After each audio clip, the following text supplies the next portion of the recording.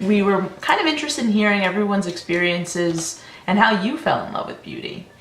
I think that there's definitely a pivotal moment in every person's life for whoever is interested in makeup that they're going to remember that first time that they started wearing it or the reason behind it. So, I mean, please share.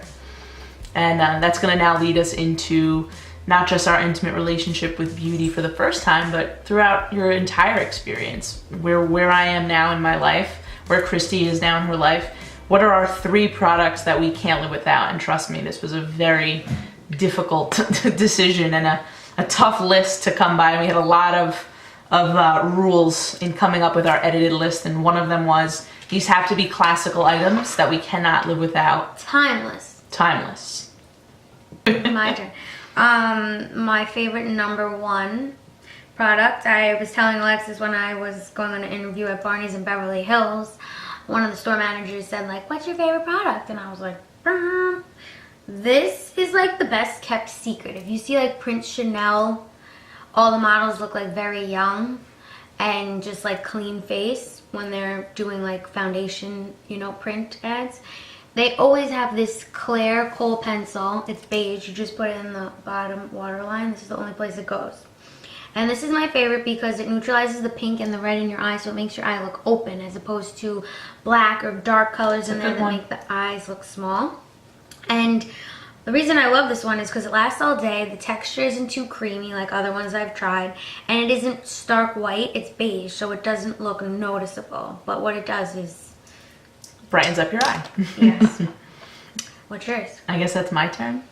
Since we're on a Chanel kick, maybe I'll start with my favorite Chanel product of all time, which is their Corrector Perfector Concealer.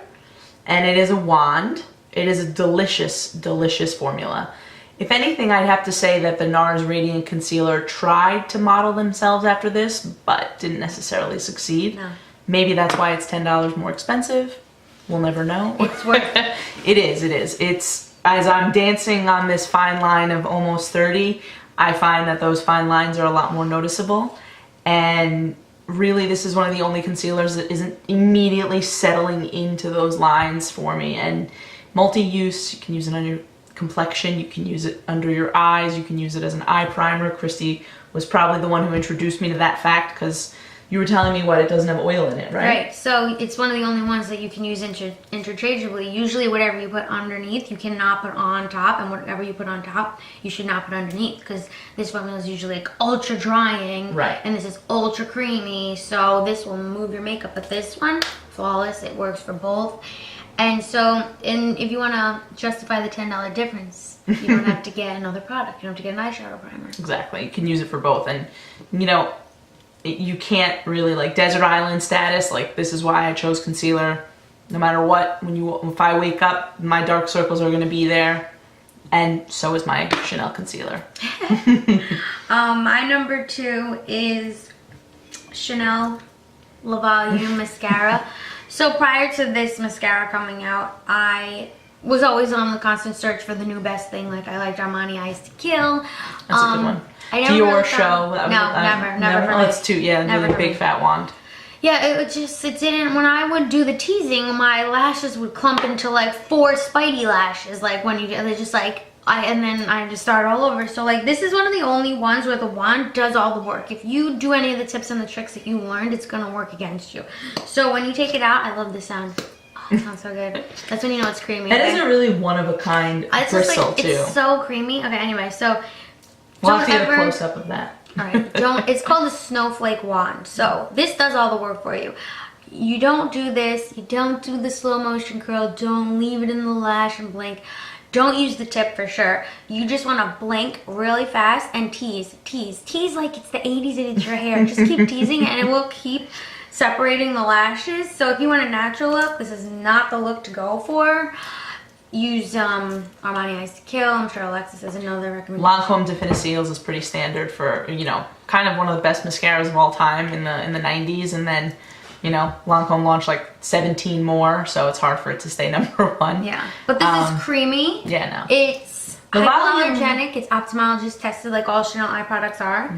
I'm not a Chanel spokesperson, but I will speak to like a couple of their prime products. No, that are just, especially like, with you can't LaValium, compare. it does everything. They're one of really. the only privately held companies, so like you can see the difference when you're paying a little bit more for the quality of certain things. Can we talk about NARS now? I guess. Go ahead.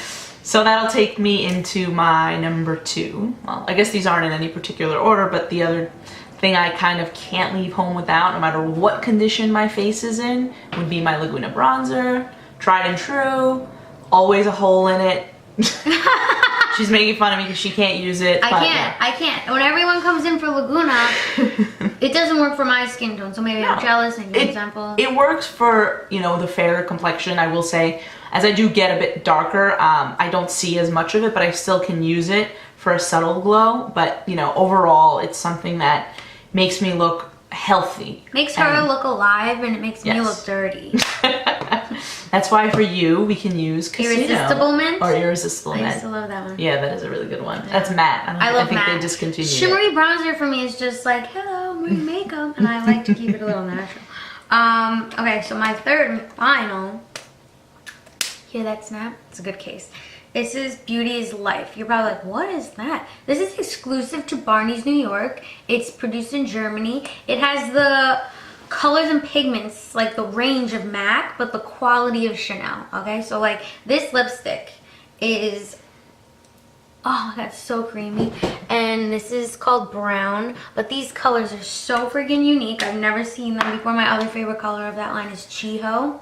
So I definitely recommend trying those if you're into lipsticks. And what about you? Well, since we're talking about lipstick, and obviously that's going to be my third, you know, anybody that knows me can probably identify me as, you know, what shade I'm wearing that day. Or we could define you as audacious. Yeah, that too. Which is why I'm in love with the Audacious NARS lips.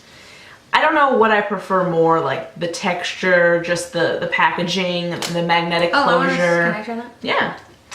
I love how they're all named after women. I think it's really exciting. I feel like when you're putting it on, you get to be her for the day, whether it's Olivia, Marlene, Kate, and all of the textures are very, very, very smooth, creamy.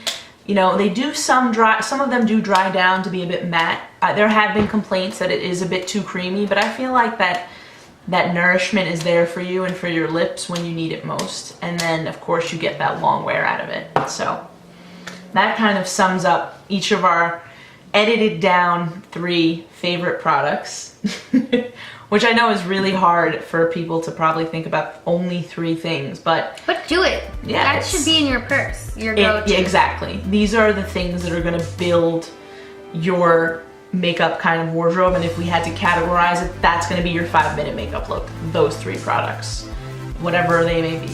And next time we're gonna really delve into lipsticks. We're gonna spend a whole day on lipsticks. We're gonna talk to you about texture, wearability, seasons, wardrobe, and what color you should choose. What formula. Unfortunately though, we are not gonna tell you what the best all-time lipstick for you is. There is no one color for everyone. I'm Right. sorry, if you wanna take one take-home point, that's take that home. Okay.